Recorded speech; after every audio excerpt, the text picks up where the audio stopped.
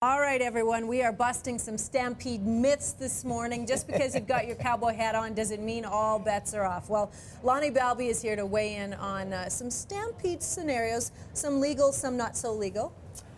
They're all legal. They're all very serious. We've got some hard questions for you this morning, Lonny. Okay. And we had a very curious viewer send in some emails about them. Who could it have been? So let's go straight to the PowerPoint here. And Dave K. wrote in and said, can you get fired for doing something ill-advised during a company party? So, okay, let's think about that. So you're at a company party and the company sort of condones it and you do something crazy there.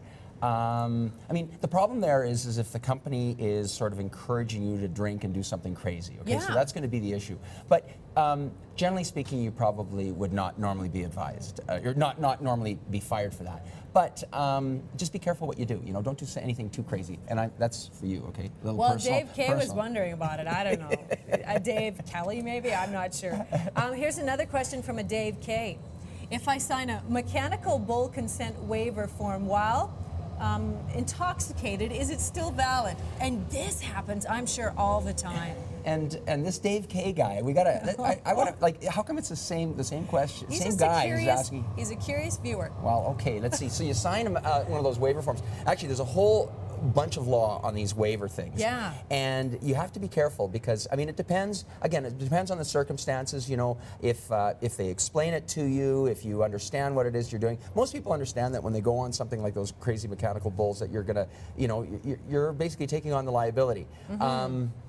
But again, you know, if you're really drunk and if they encourage you to do it, and if your friends are all out there yelling, and if the owner of the bar is telling you to do it, then you know you potentially the waiver may not necessarily be effective. But for the most part, most cases are saying that they are. So yeah, it could be. It could be based on scenario to scenario. Here's another question, and I have never seen this happen, but maybe it has. Who's responsible when the porta potty gets pushed over when you are inside it?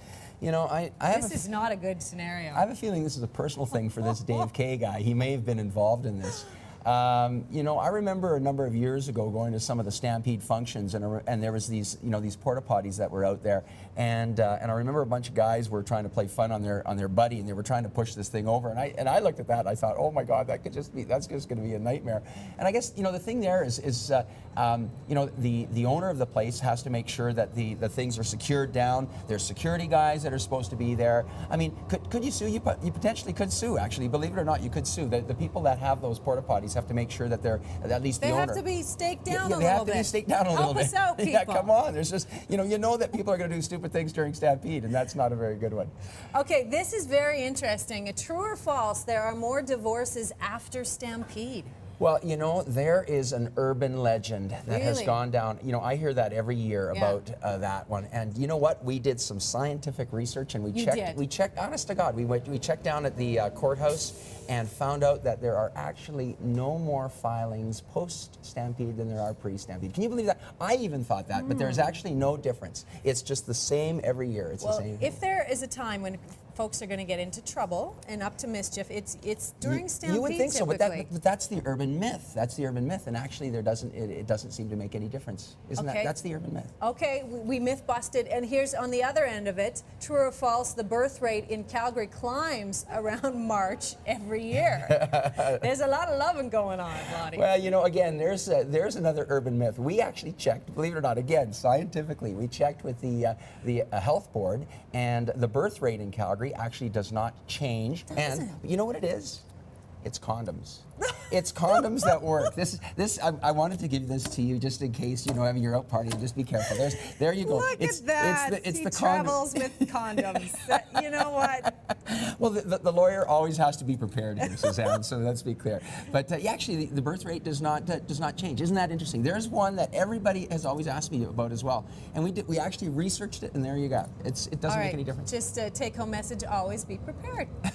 Lonny, I knew you'd have a surprise for me. Lonny Balbi with Balbi and Company Legal Center. Thank you for coming in this morning. Suzanne, always nice to see you. We were Stampede myth busting.